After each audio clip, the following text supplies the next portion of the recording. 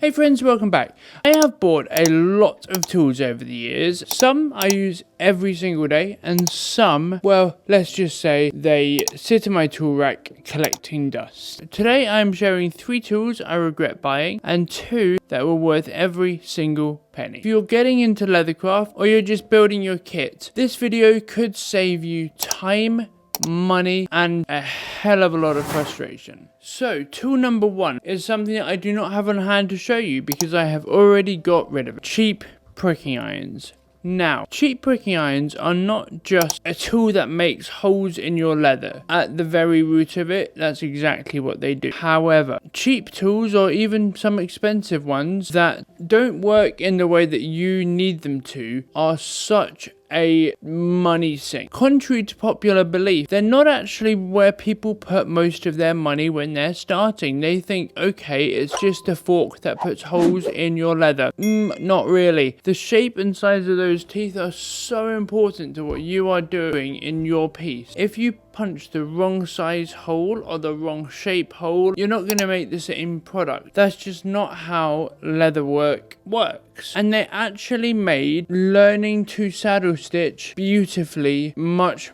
harder. One of the most common shapes of pricking irons to start with are diamond shaped chisels, otherwise known as Japanese chisels. Some people call them Japanese chisels. They are the worst thing to be invented in human history, quite possibly. And I absolutely despise them. They don't make a slit hole, and yes, I am biased towards French style pricking irons. I don't like hole punch pricking irons, but they do their job well. They punch a hole perfectly fine, okay. A Japanese style pricking iron or a diamond shaped pricking iron, you will almost never get a beautiful stitch. And when you are just starting out, you don't know where to put your money, you don't know what to buy. Please, for the love of all that is holy, do not cheap out on pricking irons when you get started. Pricking chisels, I don't really know what all of some of them have really bizarre names, but the biggest investment you should make in your leatherworking tools is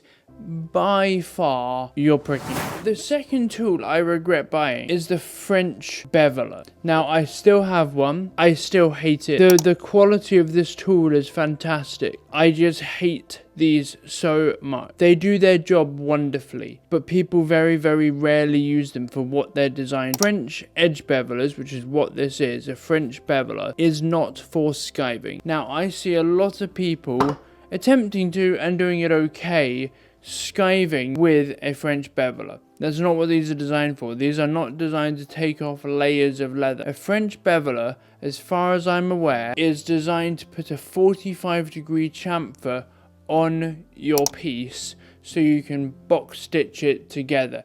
That is the point of a French beveler. It is not so you can skive leather. And I regret buying this because every time I try and use it since then, it's gone badly because it leaves grooves, because that's what it's designed for. It's designed to leave a groove, a 45-degree groove on your piece. If you want to make a 45-degree bevel on your piece, absolutely buy a French beveler. If you want to skive your leather, either the entire thing, split your leather, save your money, send it to a splitting service, or if you're using it to skive an edge, buy a good skiving knife. I have the one from Adrenaline Leather and I absolutely love it. Links will be in the description box below. And learn to hand skive. It is a difficult thing to learn, but it is such an important skill for any leather worker. By the way, if you have enjoyed this video, don't forget to hit that subscribe button. It helps out enormously, and I cannot make these videos if you guys don't like and subscribe. It isn't possible. So make sure you like and subscribe, and now we will carry on with the video. The final tool I regret buying, and it's the one I regret by far the most, is this. Mine looks beat up because I tried to love it. I tried to get on with it. I tried to use it for what it's designed for, and I failed on all 3 of those counts. This is the Dream Factory Edge Paint Roller, and it works beautifully, but you don't need it. It's not necessary. Yes, you can buy, yes, if you want to paint your edges with a roller, you can buy an edge paint roller that is not expensive. These are really expensive, really expensive. They're well made, they're well engineered, they use beautiful brass. Do you need one? Absolutely not. If you are just trying to put paint on your edge, you don't care about the speed, because rolling paint on is typically about speed and efficiency. If it's just one piece you are making, or if you're just a hobbyist getting started, don't waste your money on one of these. Yes, it has it's a 5-in-1 tool set. It has all sorts of things. This is not an advertisement for these. It's unnecessary. If you're just learning to edge paint, get yourself some plastic sticks. I use these things. They are designed for cleaning keyboards. I bought too many of them, and I use 3 because one of them is almost always dirty. Dip it in your paint and drag the paint along the edge. Much more controlled, much more consistent, and far cheaper. So stop wasting your money on these things. Dream Factory is absolutely going to hate me for saying this, but I don't have any affiliation with them, so I don't really care. You do not need a Dream Factory tool. If you want to burnish your edge, get some canvas. If you want to store your needles, you're never going to use this to store needles, let's be honest. If you want to store your needles, all you have to do is buy a really cheap needle storage tube. But they're a couple of dollars. They're not expensive, and it's got an awl inside. Awls are like a couple of dollars. They're not expensive. Stop wasting your money on these things. Do I use it? No, never. And now we're gonna get on the 2 tools I cannot live without. Now there are many tools that I have that I use on a regular basis that I absolutely love and I cannot live without. But if I was to choose two basic tools that I literally cannot put down. The first being a high quality knife. Now I have used my Japanese, they call them utility knives. I have used my Japanese utility knife for, I don't know, probably 4 years. I bought this 4 years ago. It's much shorter than it was by maybe like 5 mil because I sharpen it every other day to keep it nice and smooth, to keep it nice and sharp. Spend your money on a good knife and you won't have to replace it.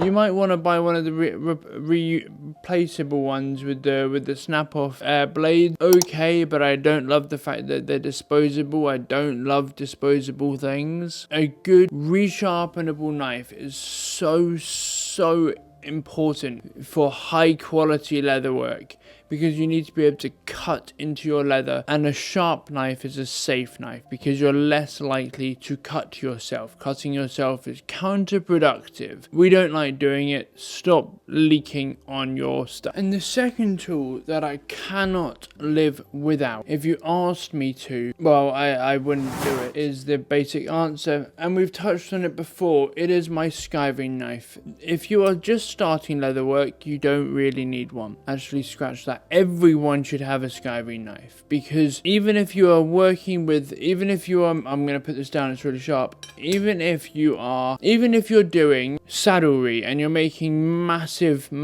saddles with like 5 or 6 mil thick bridle leather, you are still likely to want to skive edges down a bit. Otherwise, you're going to have like 25 mil thick leather. It's going to be ridiculous. Every leather worker I know has a skiving knife, regardless of which section or subsect of leather they do. One I recommend to absolutely everyone who I possibly can, this is not sponsored, is Junlin Leather one. I have had this for 5 months. I've sharpened it never. I strop it daily, obviously. I don't know how he does it. It is black magic, and I absolutely love it. It makes getting the perfect skive so easy. So once you've cut your piece, because you can't make a thing without cutting a thing, it's not possible. Once you have cut your piece with your Japanese knife or whatever knife it is that you have spent your money on, skiving the edges, learning to hand skive is so much easier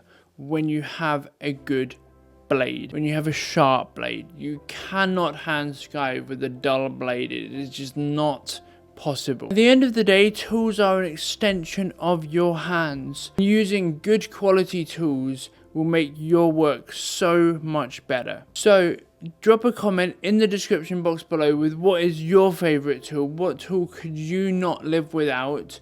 Don't forget to like, comment and subscribe, and I'll see you next time. Have a phenomenal week. Take care.